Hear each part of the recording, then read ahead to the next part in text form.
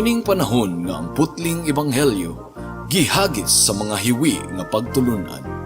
Kinahanglan mo barug ang mga tinun-an ni Kristo sa pagpakigbisog sa paglaban sa pagtuo, nga magkausa ug alang sa tanang panahong gihatag sa Dios ngadto sa iyang katawan. Maoy hinungdan nga namugna kining tulumanon ang putling ebanghelyo. 30 minutos nga pagsabwag sa tinuod nga ebanghelyo.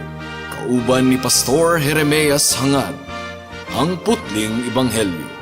Tulumanon nga gihatod kaninyo sa Herald of Grace Radio Ministries Philippines.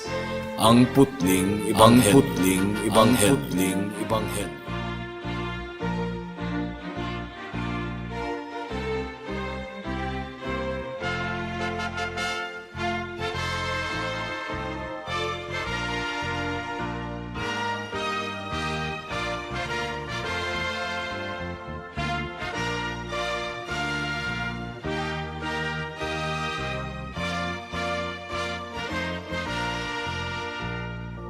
Special greetings sa tanang mga regular nga tigpaminawan sa atong panagsibya dinhi sa kahanginan ug espesyal usab nga pagpanimbaya sa akong 95 years old nga lolo nga si Isabelo Lauris Sr. Alang sa pagpamalandong sa pulong sa Ginoo niining taknaa, please turn with me to Romans chapter 1 verse 18 to 20. Sumpay kini sa atong pagpamalandong sa parehong teksto ni adtong miaging duha ka semana.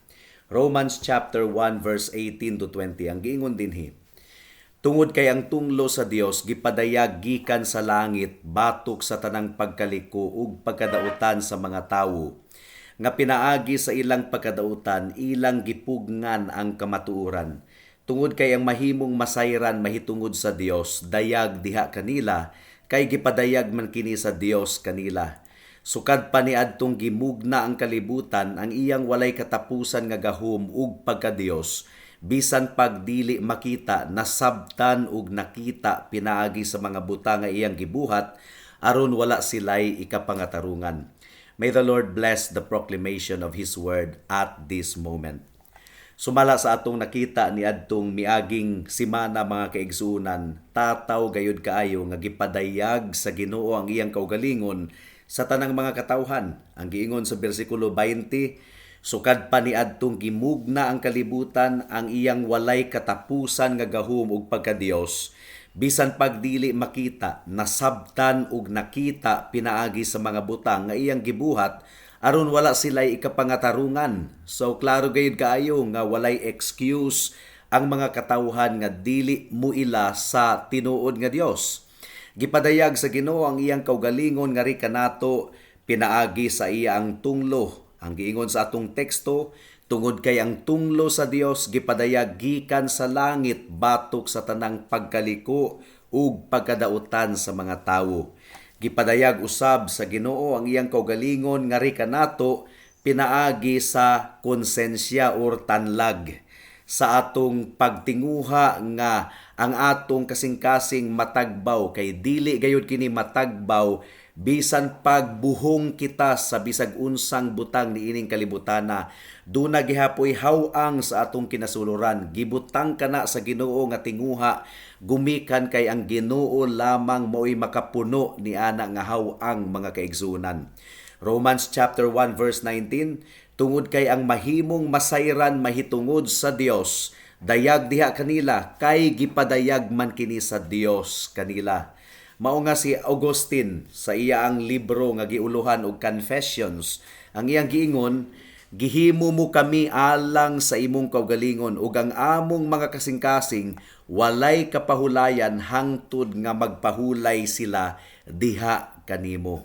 Unsa pa, dugang pa mga kaigsuunan, gipadayag sa Ginoo ang iyang kaugalingon nga ri kanato pinaagi sa iyang pagpadayag sa iyang gahom sa tanang mga butang nga iyang gibuhat. Ang bersikulo 20 nagaingon, ang iyang walay katapusan nga gahom ug pagka-Dios bisan pagdili makita nasabtan ug nakita pinaagi sa mga butang nga iyang gibuhat aron wala silay ikapangatarungan.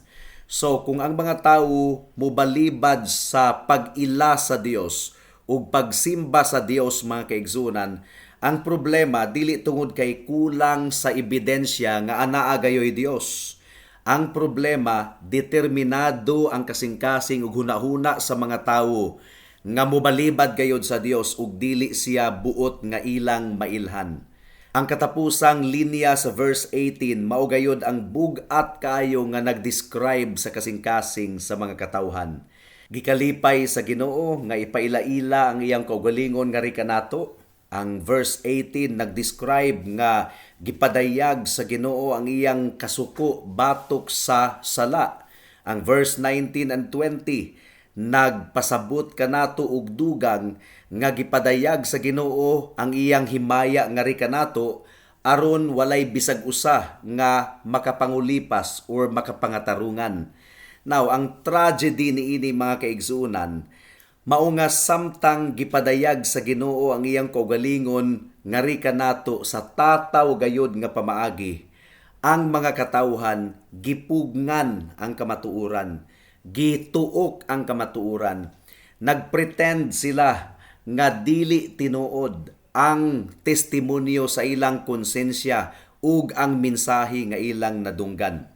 Kining giingon nga gipugngan ang kamatuoran, ang picture niini mga kaigsuonan mura ba og bata nga musinggit na unta pero gitakuman ang baba.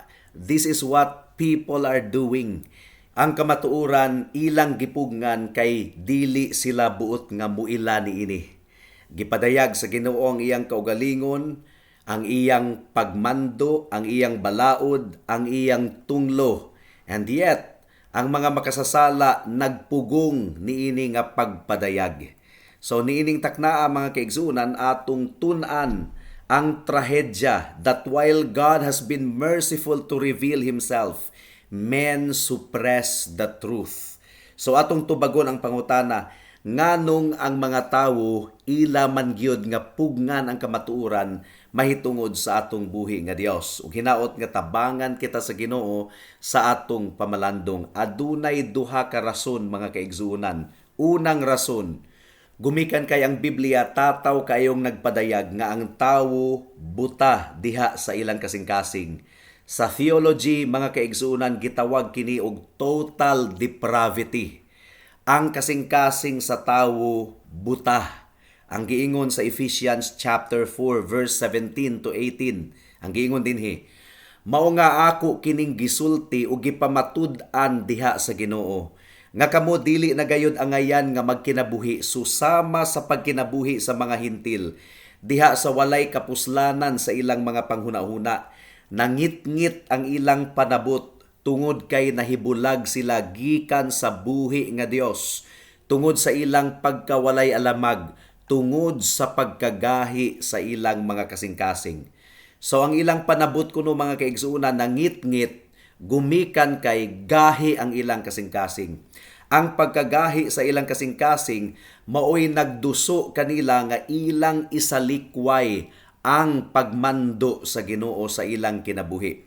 Ang giingon ni Pablo, the wrath of God is revealed from heaven against all ungodliness and unrighteousness of men who hold the truth in unrighteousness. Sa Bisaya pa, tungod kay ang tunglo sa Dios gipadayag gikan sa langit batok sa tanang pagkaliko ug pagkadautan sa mga tawo nga pinaagi sa ilang pagkadautan ilang gipugngan ang kamatuoran.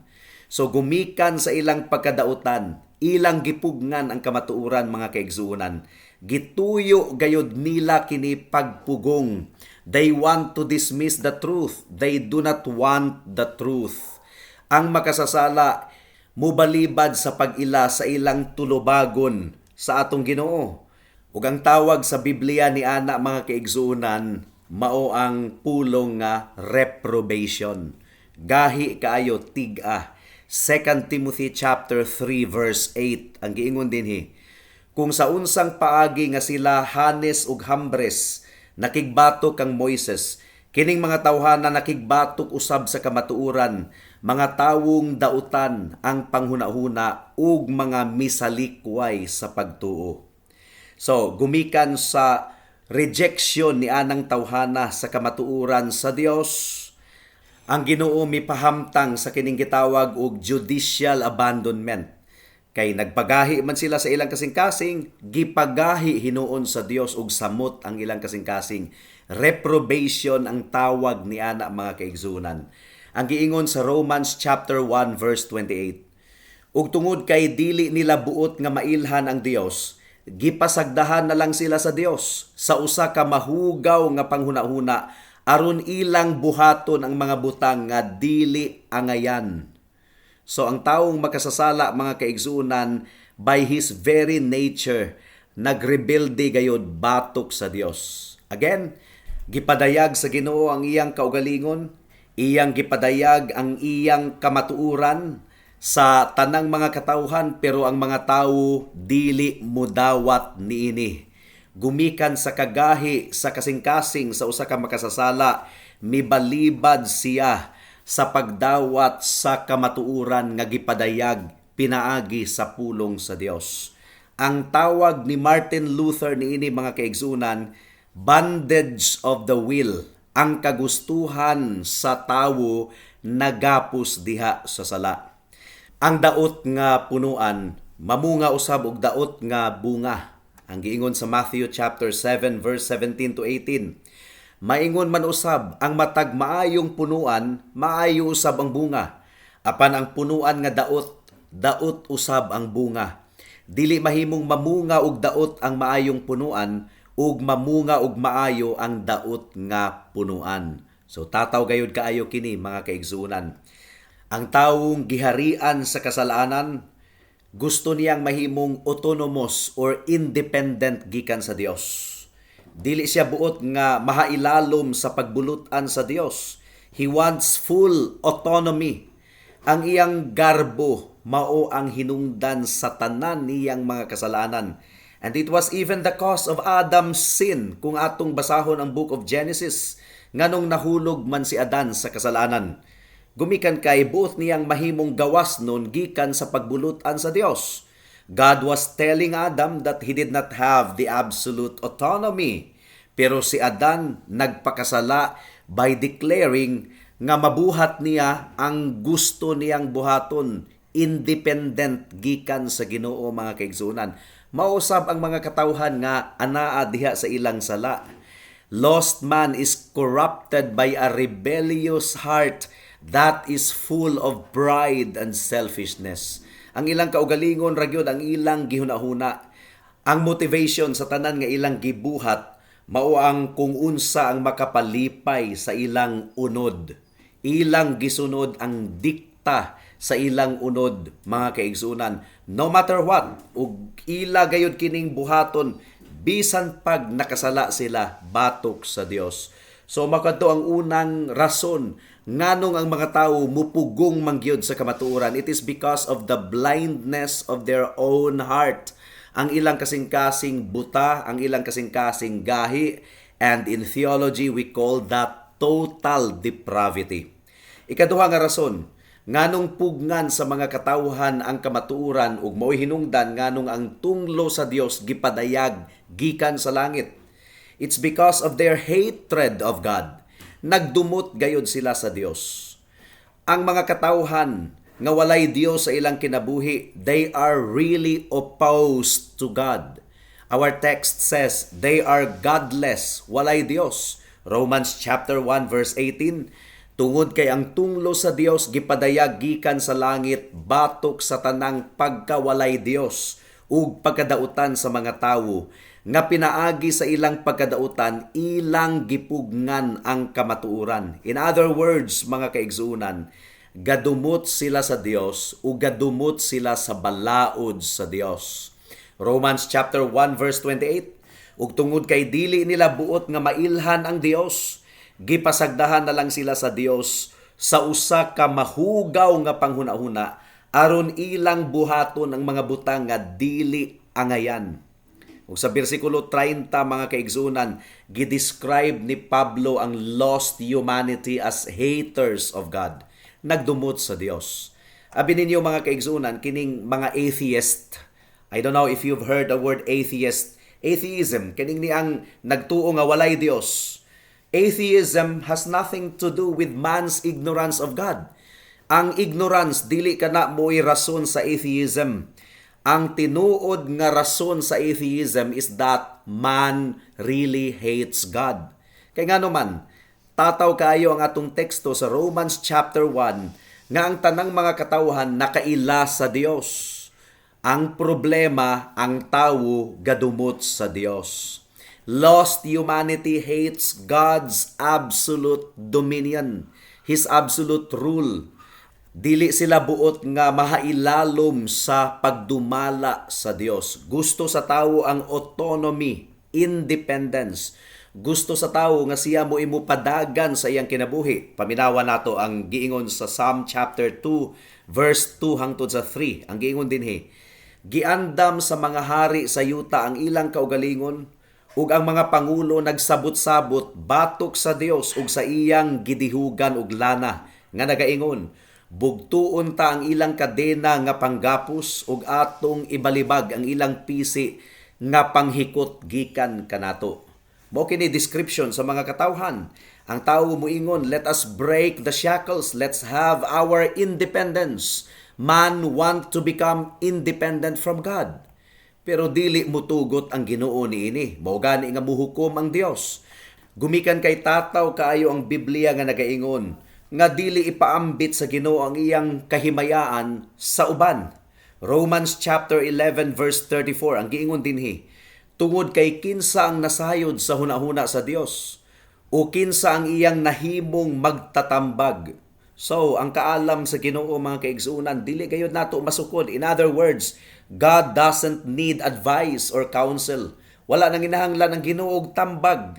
Gideklarar sa Ginoo ang iyang kaugalingon to be fully independent o gisugo sa Ginoo ang tanang mga katawhan nga ihatag nato kaniya ang atong undivided allegiance nga 100% loyal lamang kita diha kaniya.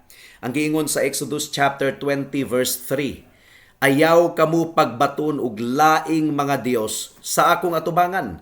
So dili gayud mosugot ang Dios nga kita aduna pay laing mga Dios. Gipadayag sa Ginoo ang iyang kaugalingon sa tanang mga butang nga iyang gihimo. But for the lost man, ang kinaiyahan, reminder kini nga ang Dios dulumtanan sa iyang kasing-kasing. Di siya ganahan sa Dios. And this is why ang absolute nga sovereignty or pagdumala sa Dios, bugat gayud kaayo kana nga paminawon sa mga katawhan. Bisan pagani sa mga believers, when we are talking about the doctrine of election, dili sila gusto nga ang Dios adunay kagawasan nga mupili sa iyang pagaluwason. But the Bible clearly tells us nga pagabuhaton sa Ginoo ang gusto niyang pagabuhaton. For example, Romans chapter 9 verse 15. Ang giingon dinhi, tungod kay iyang giingon kang Moises, maluoy ako sa akong kaluy-an ug tabangan ko ang buot kong tabangan. So you see, adunay kagawasan ang Ginoo nga mupili sa mga katawhan nga iyang pagaluwason ug ang iyang election gibuhat niya even before the foundation of the world. Daghang dili ganahan niini mga kaigsunan. Romans chapter 9 verse 21 ang giingon dinhi, uwala bay katungod ang magkukulon sa lapok aron mubuhat gikan sa usa ka tibugon ug sudlanan alang sa espesyal nga paggamit ug sa usa alang sa yano nga paggamit. The point is, God has absolute freedom mga kaigsunan.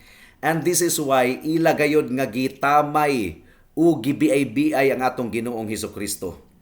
Ang atong Dios adunay gugma ug kaluoy ug kamatuoran, pero mianhi usab si Kristo nga adunay absolute authority, absolute nga awtoridad mga kaigsuunan. Natingala ang mga Hudiyo sa pamaagi sa pagtudlo sa atong Ginoong Hesus. Nahibulong sila, Mark chapter 1 verse 22. Nahibulong sila sa iyang pagtudlo tungod kay gitudluan niya sila sama sa usa ka tawo nga adunay awtoridad ug dili sama sa mga eskriba. Matthew chapter 21 verse 23. Pagsulod niya sa templo, miduol kaniya ang mga pangulong pari ug mga katiguangan sa lungsod samtang siya nagtudlo ug miingon sila, sa unsang awtoridad gibuhat nimo kining mga butanga ug kinsa ang naghatag kanimo niining maong awtoridad? So ang atong Ginoong Hesukristo iyang gikondenar ang pagpakaaron ingnon sa mga Pariseo ug iyang gi-assert ang iyang divine authority. Pero ilang gitamay ug ilang gibiay-biay ang atong Ginoong Hesukristo. Di sila ganahan sa atong Ginoong Hesukristo. There is a natural hatred, a natural hostility because Jesus Christ condemned their sin. Ug higala kung pasagdahan ka sa Ginoo sa imong kaugalingon, di ka ganahan niya. Aduna jud kay instinct nga pagbalibad sa atong buhi nga Dios. Ang giingon sa John chapter 19 verse 15, nagpunay sila og singgit, ipalayo siya, ilansang siya sa krus. Mark chapter 15 verse 14, apan si Pilato miingon kanila, ngano unsa may sala nga iyang nabuhat? Apan misamot hinuon sila og singgit, ilansang siya sa krus. So you see, di gyud sila makaantos sa presensya sa atong Ginoong Hesukristo kay ngano man na-expose ang ilang kasalanan, na-expose ang ilang pagkadautan. Balaan ang atong Ginoong Hesukristo ug iyang gi-assert ang iyang balaan nga awtoridad, but people do not want it. Bisan pa sa atong kapanahunan karon mga kaigsuonan. And this is the great condemnation of man. Ang paghukom sa Ginoo batok sa tawo mao kini nga bisan og tataw kayong gipadayag sa Ginoo ang iyang kaugalingon ngadto sa mga katawhan, gadumot ang mga tawo sa Ginoo gumikan kay nahigugma sila sa ilang sala. Ug gipakita kini ni Kristo sa tataw nga paagi sa John chapter 3 verse 19.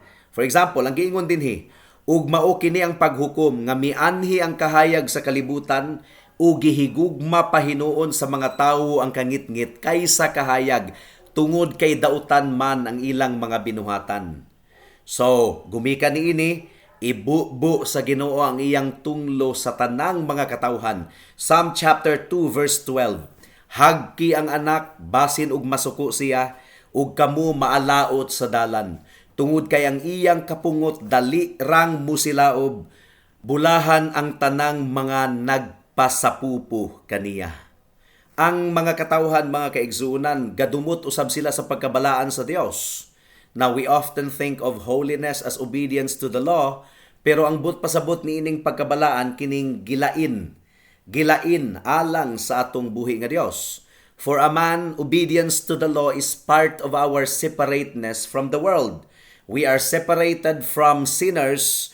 We are separated unto God. Mao nga nagkinabuhi kita sumala sa iyang kabubuton. Bulag kita gikan sa kalibutan because we belong to God. Now, kung pagkabalaan sa Ginoo ang atong pagahisgutan, dili kini obedience ang but pasabot niini, kundili pinasahi gayud ang atong buhi nga Dios. Balaan ang Dios ug walay susama kaniya sa pagkabalaan mo nga ang Ginoo pinasahi gayud. One of his chief attributes is holy, holy, holy, Lord God Almighty. Ug kung atong pasipalaan ang pagkabalaan sa Ginoo, usa kini kadakong pagtraidor batok kaniya. Ang pagkabalaan sa Dios makalilisang gayud kini sa tanang mga katawhan. Gani si Isaiah niadtong kipakita kaniya ang kahimayaan sa Ginoo sa chapter 6 verse 5 ang iyang gisinggit, makaluluoy ako, maalaot ako tungod kay usa ako kalalaki nga adunay hugaw nga mga ngabil ug nagpuyo ako taliwala sa dapit nga may hugaw nga mga ngabil tungod kay nakita sa akong mga mata ang hari, ang Dios sa mga kasundaluhan. Si Habakuk usab mga kaigsuonan, nagpangurog siya niadtong nakita niya ang himaya sa Ginoo. Habakuk chapter 3 verse 16 ang giingon dinhi, akong nadungog ug nangurog ang akong lawas. Nagkayungit ang tingog sa akong mga ngabil ug misantop sa akong kabukugan ang pagkadunot. Nagpangurog ang akong mga lakang, hilom akong nagpaabot sa adlaw sa pagkalaglag, nga midangat sa lungsod nga misakop kanato.